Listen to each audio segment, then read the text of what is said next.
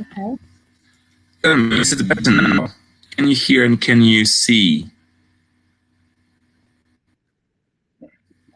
Okay. Now, can you hear me? I'm glad that I could help. Yes. I don't know what I've done, but it works. Sorry. So, Okay. actually, if you could start all over again with the pronunciation journey, would be perfect. Okay. Okay, I'm so sorry for that misfortune. Okay. So good that we're actually together now and you can hear me. My name is Darina, and thank you very much to Lucina for introducing me so well. No one has ever done it as well as you did. And thank you, Marcin, for organizing all of this and making it happen. So I'm going to be telling you about some pronunciation activities that I use in class on a regular basis. I do understand that it's close to impossible to have full pronunciation lessons every time, which is why I believe that we can have a little bit of pronunciation every lesson. And it can also be fun. So we can do that by means of introducing some little games in a form of warmers or time fillers. So the first one that I'm going to tell you about is called the Pronunciation Journey, which you can find in the book by Mark Hancock, that's Pronunciation Games. So basically, what the students need to do here is they need to listen to you and they need to decide whether to turn right or left. This is done well with minimal pairs. So, for example, we have got minimal pairs here. We have got 4, so you need to have 4 pairs because the students need to decide on which city they're going to arrive to. So, for example, if I'm going to say to my students these, they will need to turn right and they will end up at number 2 on the right. Then, for example, I would say thought and they would turn right again. Then place, so they will need to turn left now. And let's say meets, so they will turn right and they will end up in Lisbon. So this is how this activity works. Some information for you. So you need to give each student the pronunciation journey map. And at each of the numbered junctions, they will need to choose whether they need to turn left or right. You first need to demonstrate this activity, so just read the 4 words to them, and then they need to tell you where they have arrived. After this, they can keep working in pairs, and this can be repeated as many times as you want them to. So this works really well for minimal pairs, where there is a difference just in one sound. So the next activity is called the yes game. So, for example, in my class, we very often have the problem with the nasal sound n, right? So students usually say thing and thinking, right? So they would really be pronouncing the G. What we need to do is we need to practice this sound by giving them some words that include this sound. And then we need to ask them to add some emotions or feelings while they are saying those. So, for example, some intonation or some type of other feeling that they might have. So saying these words with other intonation would make it more meaningful and memorable. But of course, you would first need to drill these words. So, for example, if we just say nothing, it's not going to be memorable. But if we play a little bit with our intonation, students are going to remember it better. So, for example, let's say that they are surprised. They might say nothing, or angry, nothing. And this way. So you need to ask them to add some feelings and emotions to this. So students try to give as many different feelings and emotions and meanings to a word or a sentence that you want to practice. The other students need to guess what the feeling is that they're trying to convey. Another similar type of activity that you can use is, it's very, very similar to the previous one. So for example, if I was teaching these animals to my students, so I would first say all the words to my students and ask them to repeat after me. So dinosaur, panda, zebra, unicorn, penguin, and koala. And after this, I will be showing them signs, for example, angry or scared, and then in love, relaxed, so any type of emotions that I want them to practice. And the idea is that we practice one word, so we start with dinosaur, and I show the sign angry. And the student who is going to be the angriest is going to win, so it's in a form of competition. Following this, we can go to panda and show them the in love sign, and the student who is the most in love is going to win. So this is how it works. As I said, it's very similar to the previous activity. So students compete to say a word or sentence in the most extreme way they possibly can. And then you need to decide on who the winner is. So very often, my Ukrainian students have a problem with this sound, the. I guess it's true for people who have their first language, Russian, Ukrainian, Polish as well, because in Slavic languages we do not have this sound. So a way to practice this sound is to put students into two lines. And they need to be facing the board. And you need to give each team a whiteboard marker or some chalk if you're using a blackboard. So then you give them a time limit, for example, 2 minutes. And in these 2 minutes, they need to write as many words with this sound as they can remember. So the first student writes a word, goes to the back of the line, and then the second student writes another word.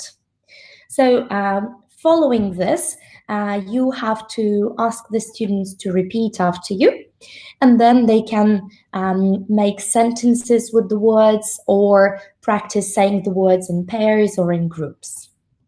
So this is how this activity works. You put students into teams. They write as many words as possible. And then each team member can only write one word before they pass the pen or the marker onto someone else. But of course, they can help each other in their teams. So the next activity is very active. So the students who enjoy some activity in class will definitely like it. And also, if your students are falling asleep at some point of the lesson, either because they're tired or because they had some very serious grammar, you can play the Run, Forest, Run game. So you need to choose a few sounds that you want to practice. So for example, I have chosen these, the long A, short A, U, and the diphthong L. So you need to say the sound, so for example, A, and then the students need to run around the class and touch the objects that have this sound in the name. So, for example, if I say O, the students might run and touch the window. And of course, they need to say the word when they touch the object. So this is really quick, but we are practicing pronunciation when we do this. So students run and touch an object in class that has a similar sound that the teacher has said. Okay. So the next activity is called silently mouthing. I guess many of you might know about it. So this is really good for recognizing what the native speakers are saying, especially when we are having live conversations or when we're watching some videos or films, because of the connected speech, it's really difficult to understand everything for our students. So this is a technique that is very useful. So the only thing you need to do is you need to think of the words that you want to practice, and you need to say them without the sound. So, of course, if you were teaching some vocabulary, it's a good idea to take some of that vocabulary and mouth it to your students. So, for example, if I wanted to do this in class, and let's say my words were awesome, tissue, and pen, I would just quietly say them as for example,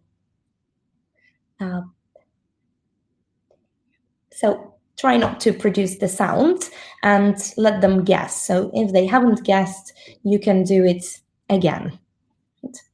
So the next type of activity is called, write down 3 words. We'll not do that now. So 4 in a row. You need to divide your class into groups of 3 to 4 students. And then you need to print out a worksheet that I guess I will share with you later, or Marcin will.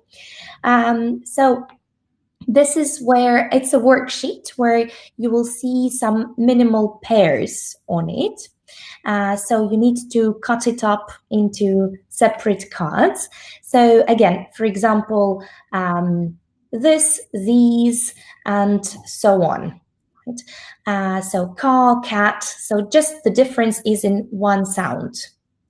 So in groups, the students need to work together to arrange the words in sets of 4 that all sound the same. So if all the 4 words have the sound ah, they need to group them together. And because you give them a lot of words, of course, it's a competition, and the group to put them all together correctly first is going to win. And as a follow-up, you can drill the words and the students can repeat after you. So the next type of activity is called Pelmanism. This is the same as a memory game where you need to prepare some cards. And of course, these cards can be used many times, not only once, if you ask your students to work with them and not tear them and so on. So, for example, if we have some cards with words that rhyme, so for example, name, game, box, fox, tick, stick, you can have those on separate cards, so a word per card. And we need to put the cards face down.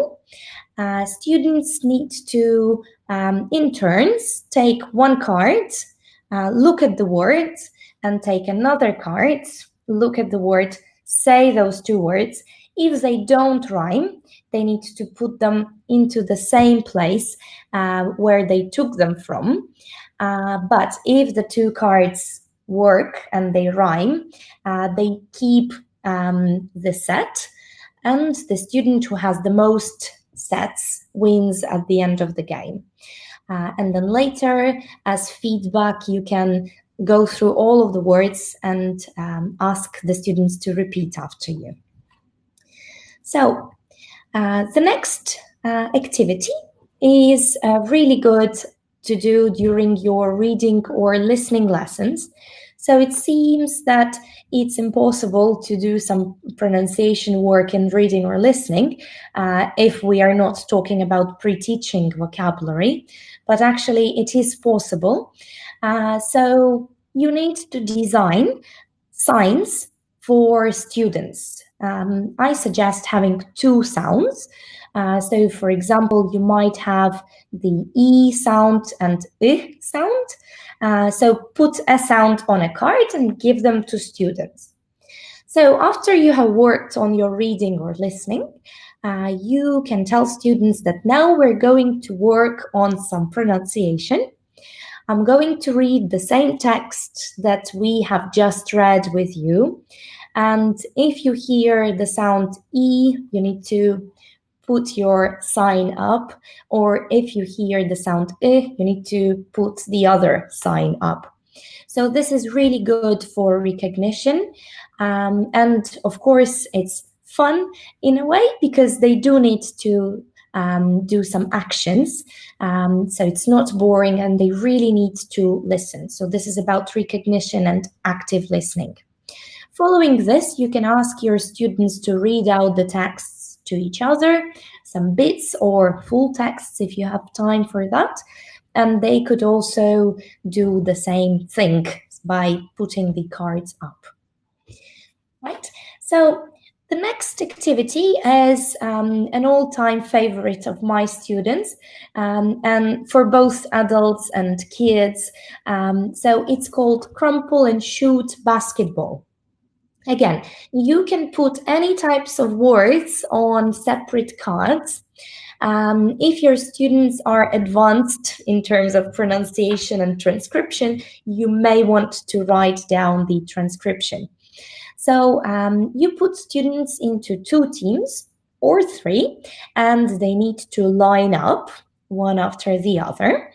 And in turns, the front student picks up one of the cards and reads out the word that is written on the card. So if the word was said correctly, they can crumple the card, and in front of them, you need to put some type of bin or a box or something where they will be shooting the cards that they have crumpled up. The idea is that if they say the word correctly, they get a point. And if they shoot and the crumpled up paper ends in the bin or in the box, they also get a point for it. But if the word that they are saying is wrong, you need to encourage them to say it correctly. So once again, so some words that you write on separate cards, students are lined up in 2 teams. In turn, the front student picks up the paper and reads the word. And if it's correct, they crumple up the paper and throw it into the bin. And you as a teacher need to count very carefully and decide on the amount of points for them. And for example, the team that has lost can get the pleasure to read all the words again in front of the class, for instance. The next activity works really well with young learners, but my adult learners also enjoy it. So it's called Sound TPR, where TPR stands for Total Physical Response. So this is when we involve some movements into the process of studying, which makes our learning more memorable and enjoyable. So, for example, again, you're having a reading or a listening lesson where you have read a text, you have answered questions, they have completed true-false activities, and you can spend some time working on pronunciation. So you need to assign separate moves for the sounds that you want to practice. So for instance, I want to practice the P, B, D, and T sounds. So I'm going to read out the text to the students, and whenever they hear the sound P, they need to touch their head.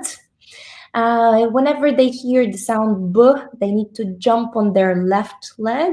So make sure that your students are standing up if you're asking them to jump. If they hear the sound D, they need to touch their shoulders. And if they hear the sound T, they need to put their hands up. But of course, this all is up to you, the movements and the sounds that you want to practice. So first of all, when you just start doing this, it's very good for recognition.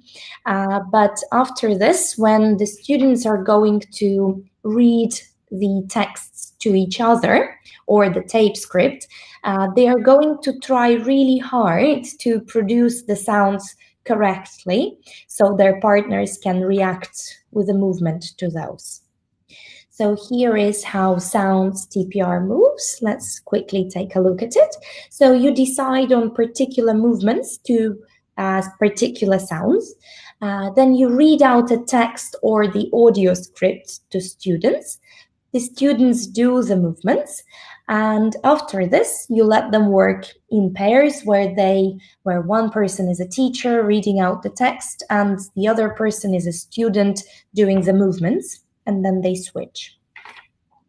So the next activity is really old. It's a running dictation. But we very often use running dictations in our grammar lessons, but we really don't use them while teaching some pronunciation. So let's take a look at the way we can use these while teaching some pronunciation. So students need to work in pairs or in groups. One student runs to read the word or sentence from somewhere further away. So you will need to put the sentences either on the walls opposite the students with blue tack or on the floors in the other end of the room. Then they need to memorize the sentence or the word, run back to their partners, and they need to write those down. And of course, if your student is going to produce the word or the sentence wrongly, then their partners are not going to be able to write them down correctly. So they might need to run back and read the sentence again and then come back. After they are done, they need to change roles. This works really well with tongue twisters, for example, or some stories with the sounds that you want to practice. Right? The next activity is Chinese whispers. It's pretty similar to silent mouthing, but here the students actually need to produce your sentences or words, but very, very quietly, so by whispering. Again, you can take some short tongue twisters or some words that you want them to produce, but short sentences usually work better than separate words. So again, you can put the students into long lines, put them into two teams, tell the first student, whisper the sentence to the first student. Then the first student whispers the sentence to the second student, the second to the third, and so on to the end of the line. And the final student needs to say the sentence, and you need to decide on which team got the sentence, which sentence was the closest to what you said to the first student. And after this, they can keep going on their own, reading out the sentences to their partners and then revealing the correct answer. Of course, if the answers are not exactly what you were trying to say, you can always drill the sentences and ask the students to repeat. So these are Chinese whispers, which are also pretty old, but we tend to forget about this very easy activity. So the next game is Snap. This is a card game. For example, you can use the minimal pairs as well, or you can use words which rhyme, or you might encourage students to wait for the sounds that are similar. So you need to give a set of cards to a pair of students. They need to divide those into halves and put the cards face down in their hand. And then they need to take it in turns and put one card at a time and say the word when they put the card down.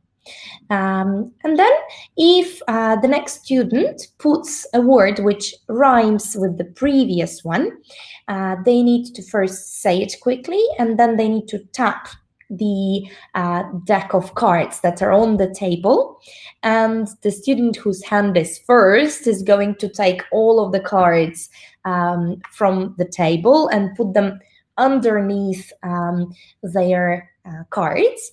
So the idea is that to win this game, you need to collect all of the cards. So you do need to encourage your students to produce all of those sounds, all of the words that they are putting on the table. So the next activity is called beanbag toss. You can use flashcards, you can use cards, you can use anything that you want, even tongue twisters. And you need to prepare a bean bag. So into this bag, you can put beans or anything else that's not too heavy. So for example, pasta can work well as well. So what students need to do is they need to stand a bit far away from the flashcards on the floor, and then they take it in turns. They need to they need to put the bean bag, not even put, but throw the bean bag onto the card. And then they need to say what is written on the card or on the flashcard that's on the floor. So after this, their partner is going to do the same. So they take the bean bag, throw it onto the card, say it, and then pass it on to the next person. This can get a bit dangerous, so please do tell your students not to use full power while throwing the beanbag. Okay. The next activity is called stepping stones. You need to put the cards on the floor. Again, it can be cards, flashcards, it can be the vocabulary that you've been learning during the lesson with your students. And the way I usually do this is usually done at the end of the lessons in my classes. So I would put the cards from the board to the exit of the classroom, which is quite a long way.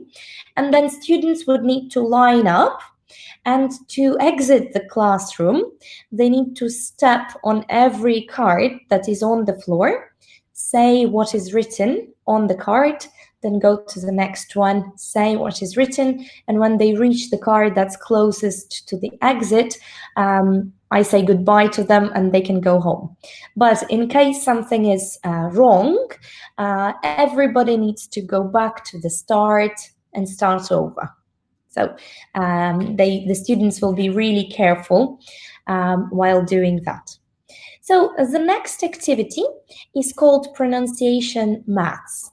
What you need to do here is, this is good if your students know the phonemic script a little bit. So if they're very, very new to the phonemic script, it's not really going to work for them. So you first need to introduce them to the script. So the way you do this, you need to code the phonemic script for your students. When you get the slides, you can just use the one that I have already done. So all the sounds need to have a specific number. And then what you need to do is you just need to give the code to your students with the number, and they need to decode it for you. So, for example, you have, right, sorry. For example, you write a code like this, right? So can you please take a look at the chat box, and could you please decode my word? So it's 11, then 27, then 5, and then 37. So what's the word? Let's see who's going to guess first. Mm-hmm. Yes, Anna, that's right. It's awesome. So let's try one more. So for example, I write this code, and my students need to guess. So it's 22, 8, 23, and 5. So what is the word? Right, absolutely. So that's teacher. And you can go step by step through all of these numbers, saying tu, then I, then ch, right? So this is really good for recognition and for decoding these sounds. Right. Okay. So students write down some words. After that, they code them, and their partners need to decode the word. You can code full sentences. You can code full paragraphs. You can do anything that your students are able to do. But of course, if your students are really, really new to this, it's a good idea to start with very short words like can or box or something like this. So the next activity is called the dial pad. All students are very, very familiar with the dial pad because they use it all the time to chat with their friends. But I am pretty sure that they have never seen a dial pad like this. So again, you can find templates of dial pads on Google. It's very easy, so you just need an empty one, and then you can fill it in with the sounds that you want your students to practice. So after this, you can give your students some numbers, usually phone numbers.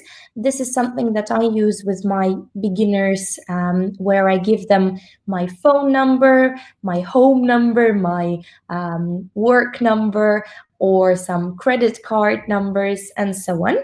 And every time you can keep changing the sounds. So you need to dictate the numbers to your students by means of giving them this, by giving them the sounds.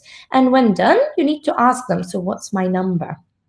And after this, you ask your students to code their own numbers. So for example, if this is something that I am coding for my students, I am going to say O, A, I, O. Of course, I would do it a bit slower, and after this, I would ask them to tell me what the number is. If it's wrong, I would do it again. When they get it correct, it's their turn to try. So they write down the numbers, their own numbers, and they dictate the sounds to their partners. And the next activity is called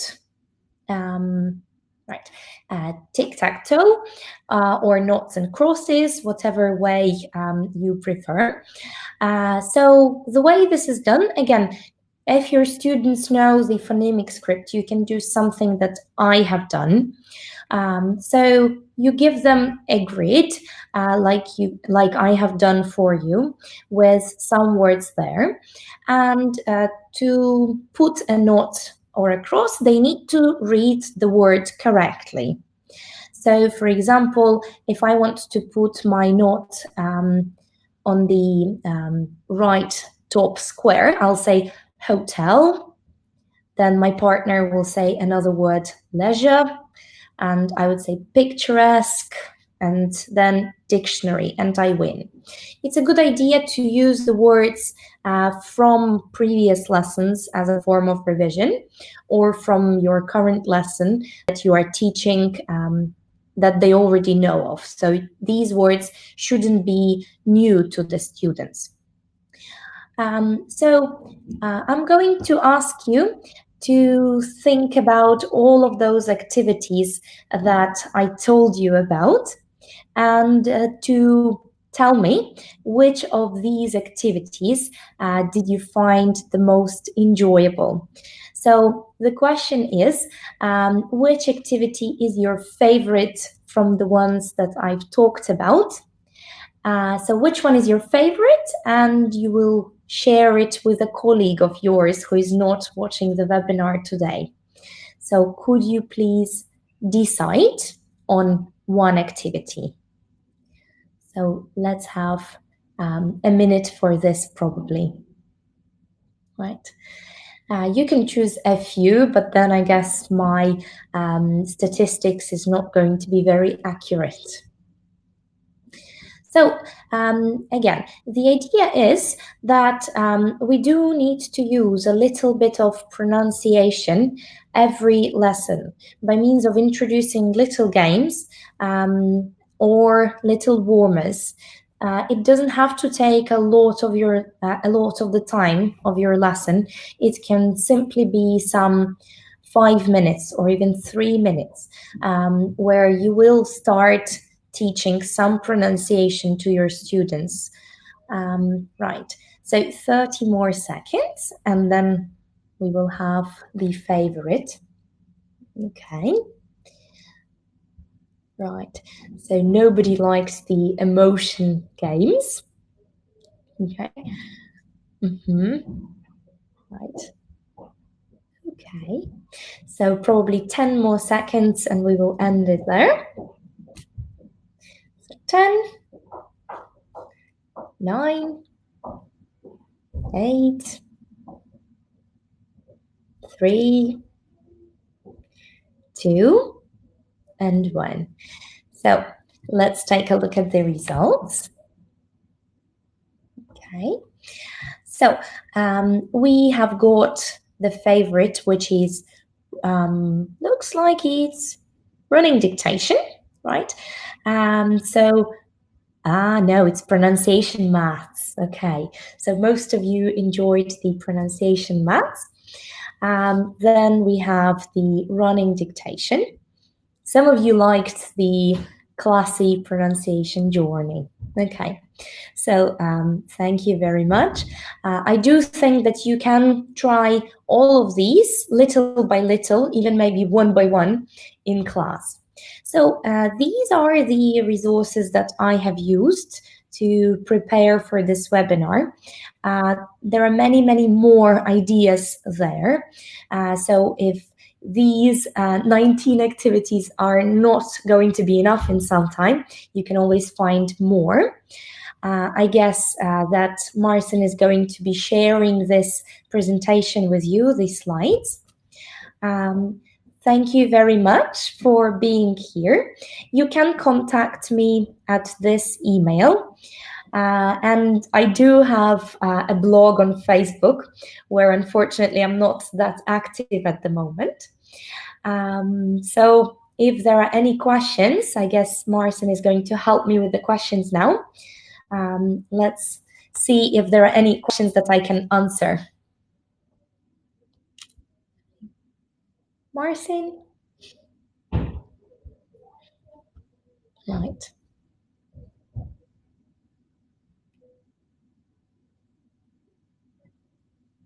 Okay, so I can see one question. How do you introduce IPA to younger learners?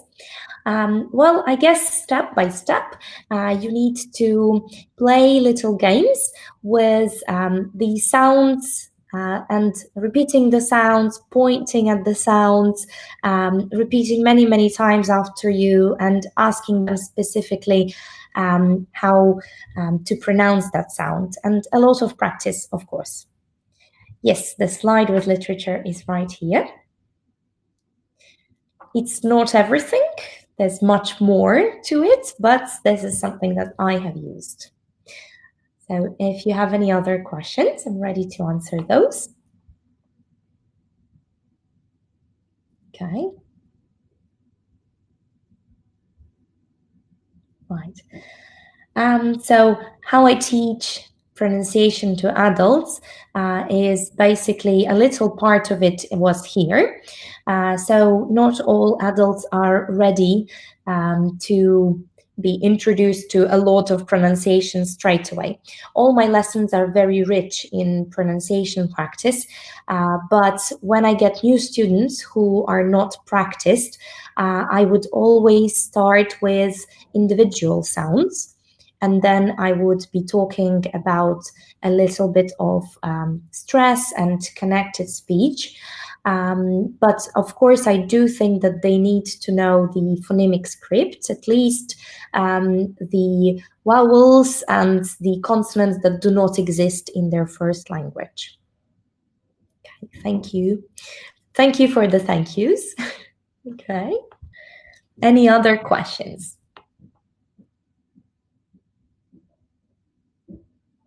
Mm-hmm. Okay.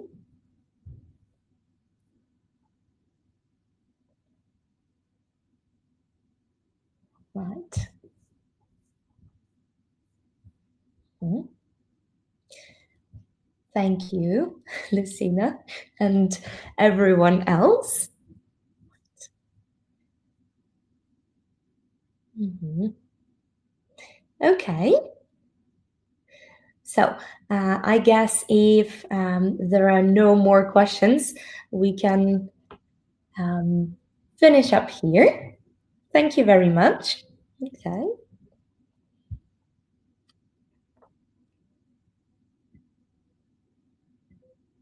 Okay. Mm-hmm.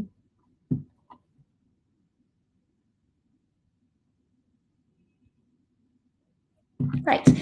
So I guess that there are no more questions here. Let me check if there were any questions in the chat box before. Yes, Mark Hancock has released a great bunch of resources in his Prompt Pack series. That's true, and those are the ideas that can also be used very, very actively in class. Mm-hmm. Okay. Right. Right. Okay. Thank you very much. Mm-hmm.